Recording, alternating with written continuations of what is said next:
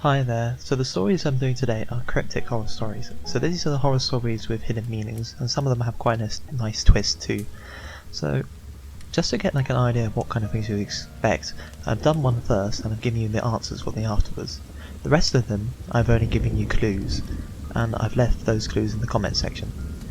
Okay, so here's the first story. I hope you enjoy the whole video.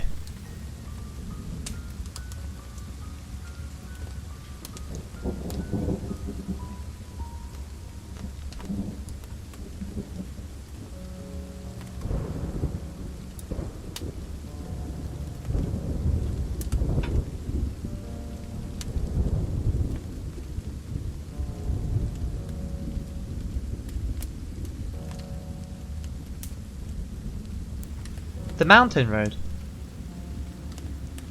It's a dark, gloomy mountain road. There are no houses in sight, with neither moonlight nor street lamps. The only light is the light coming off my car. I'm driving quite fast, wanting to get home as soon as possible. Then suddenly, a person runs out onto the road in front of me. I slam on the brakes and manage to avoid crashing into the person. The person seems unhurt too, but he is saying something to me. His face contorted with rage. I get scared and speed away in full throttle. I then glance at the rear view mirror and see that the person is still glaring at me. What a persistent guy. After all, it was his fault, wasn't it?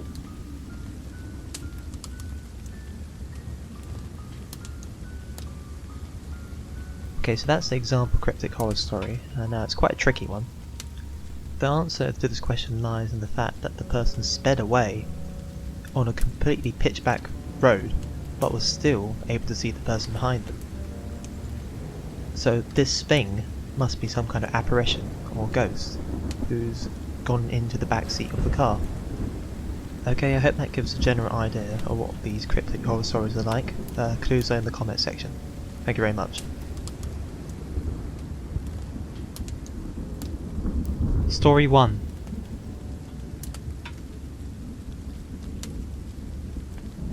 A stabbing. It was around midnight 3 days ago. I was on my way home from a night of drinking. As it was a very cold night, I stopped by a vending machine to buy some warm tea. While I was at it, suddenly a kid went running like a thunderbolt down across the street to my right. What the fuck is that kid doing in such a cold night? I thought to myself. After getting tea, I again began walking when a woman came running up to me and asked, "Have you seen my son?" It was cold.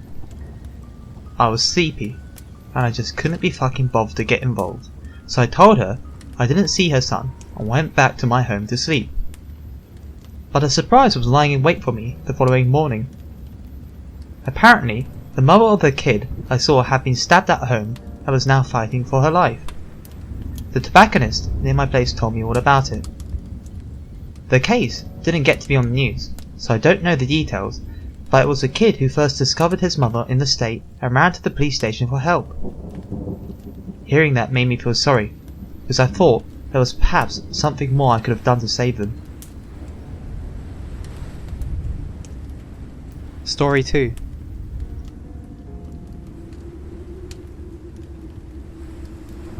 Sleeping Beauty.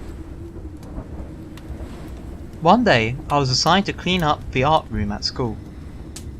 I wanted to go home as soon as possible, so I was doing it very fast when I noticed a painting hanging on the wall. It was a portrait of a very beautiful woman, but it was a little creepy and had a distinctive look around her eyes. I felt like her large eyes were looking at me. I got a bit scared and quickly finished cleaning up and went home. Next day, the school was in commotion. The painting in the art room had been stolen. Because I was the last one to have seen it, the art teacher pounded me with questions. "So you're saying it was still there when you were cleaning up?" "That's right. Was the painting expensive?" "The painting is titled Sleeping Beauty, and it was given to me by my artist friend who painted his own daughter while she slept. It's not worth much. Both the painter and the daughter are already passed away too." "I see. the painting, in the end, was never found. Story 3. 2 babies. A new baby was born in a hospital. On the very same day at night, a nurse was making her rounds when, to her utter dismay, she found the baby had died. The hospital, to cover up the death, immediately prepared a substitute baby. The mother was unconscious when she gave birth to her baby, so she hadn't yet seen the baby. Besides, the substitute baby looked exactly like the dead baby, so that there was no way the mother would be able to tell the difference. The next day, as soon as the mother saw the baby, her face immediately turned into an expression of horror, and she screeched, "What have you given me? This isn't my child." Story 4. Death sentence. My son has a weird habit of pointing fixedly at people's faces. These can be the faces in photos or on the TV. Recently, I discovered that the people whose faces are pointed out by him all die within 3 days of him doing it. Today too, as I sat down on the couch and was trying to turn on the TV, my son started pointing fixedly at the screen. Right after the TV turned on, the face of a famous politician appeared on it. It looks like this guy's going to die soon too. Story 5. An attack. My wife was attacked by a man while at home. I checked if she was alright, and apparently she had managed to fend off the attacker with a knife she had been holding at the time. When I went to pick her up at the police station, she had said, "I heard the doorbell ring and I opened the front door thinking it was you when a man suddenly attacked me." It must have been a very frightening experience. I held her tight in my arms and caressed her head to soothe her. Story 6. Rejuvenation. The elderly man said, "Are you sure this thing can rejuvenate my body?" "Yes, this machine our company developed will reconstruct from your cells the healthy body you had when you were at the prime of your youth, and then transplant your existing memories into it, so that your memories will remain the same while your body alone will rejuvenate." "Ah, I see. Then, please proceed." The elderly man lies down on a bed and gets covered over by a sheet. A few hours later, the elderly man thinks to himself, "He's sure taking long. When is it going to start?" The man says, "I'm sorry to have kept you waiting." The elderly man hears a young man. "Thank you very much. I had no idea it would go this smoothly. By the way, what are you going to do with this old body of mine?" "It shall be taken care of. We look forward to serving you again, sir." The man wheels the bed to the next room. The elderly man thinks to himself, "Oh, it seems the man before me had a successful operation, and now it's finally my turn." Story 7.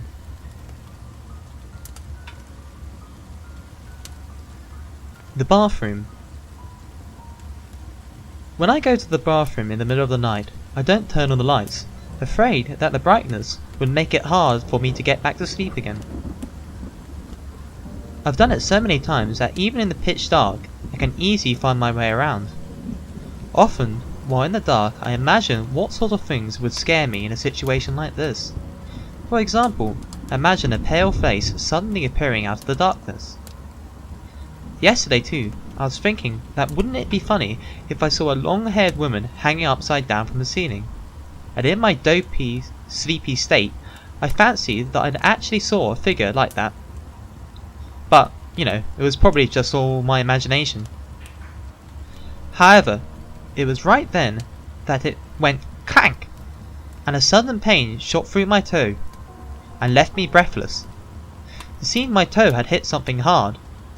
Then I remembered that I had left a box of fruits sent by my family lying about on the floor. I managed to go to the bathroom, but even after I got back in bed, the pain kept me wide awake. Next morning, my neighbour said he had heard a scream from my place in the middle of the night. It must have been when I hit my toe on the box. I apologised. I was stupid not to have turned on the lights. All my laziness got me was pain. a sleepless night, and a proof to the neighbour that I'm a complete and utter dumbass, screaming like a bitch in the middle of the night. Story 8. Stalkers. Today I got yelled by my boss again. The boss is a baldy who is unpopular among female colleagues. What if my stalker turns out to be that baldy? I think to myself as I arrive home. My room is a shabby old apartment with only 2 rooms, namely a kitchen sitting room and a bedroom. There is only 1 window in the sitting room. The rent is cheap, so I won't complain. As soon as I unlock the front door and enter the apartment, I'm greeted with a shocking sight. The wardrobe in the sitting room has been ransacked. Then I remember that after I'd had breakfast this morning, I must have left the house without locking the door. Damn! The window is locked up tight, so the person must have entered from the front door. Ah, disgusting! Sick bastard, I hope he goes to hell. I have no more energy left for today, so I skip supper. I decide to go to the police tomorrow for a report. After checking the front door again to make sure it's securely locked, I'll walk into my bedroom. Story 9. Punishment. When I regain my consciousness, I find myself in a strange room. Then I hear a mechanical voice coming from somewhere. If you don't consume all the meats inside this room, you will be put to death as punishment. You must be joking, I wanted to say, but the dead bodies scattered around me are the proof that the voice means every word it says. I look at the plate, piled high with a mountain of meat, and think to myself, well, tough luck on you, I'm known to be a man of a gargantuan appetite. I empty the plate and declare, there, I've eaten them all up. The mechanical voice resonates. And now the punishment will begin.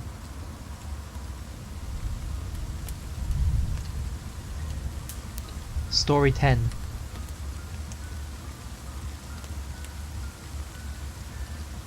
Final Fantasy.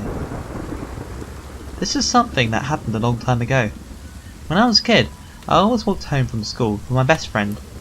I said, hey, we have a test next week, right? Do you want to get together and study for it tomorrow? She said, sorry, tomorrow's the day when Final Fantasy 1 comes out, so I'll be skying off school to get it. How come you get to play video games all the time and sleep through class and manage to get so much high marks?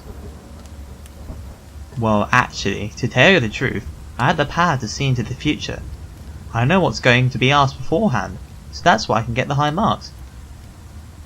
I honestly believed her. Huh? If you have that kind of power, give it to me. I want to use it for horse racing. I could win any bet I wanted to. Ha, stupid, I was only joking. By the way, my friend got 4 marks in that test. I mean, why would this time be any different?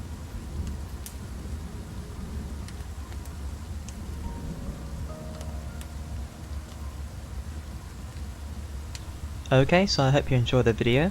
Again, if you have any thoughts on how these videos can be improved, and if you have any types of horror stories you want me to do, just leave comments in the comment section. Again, thank you very much for watching.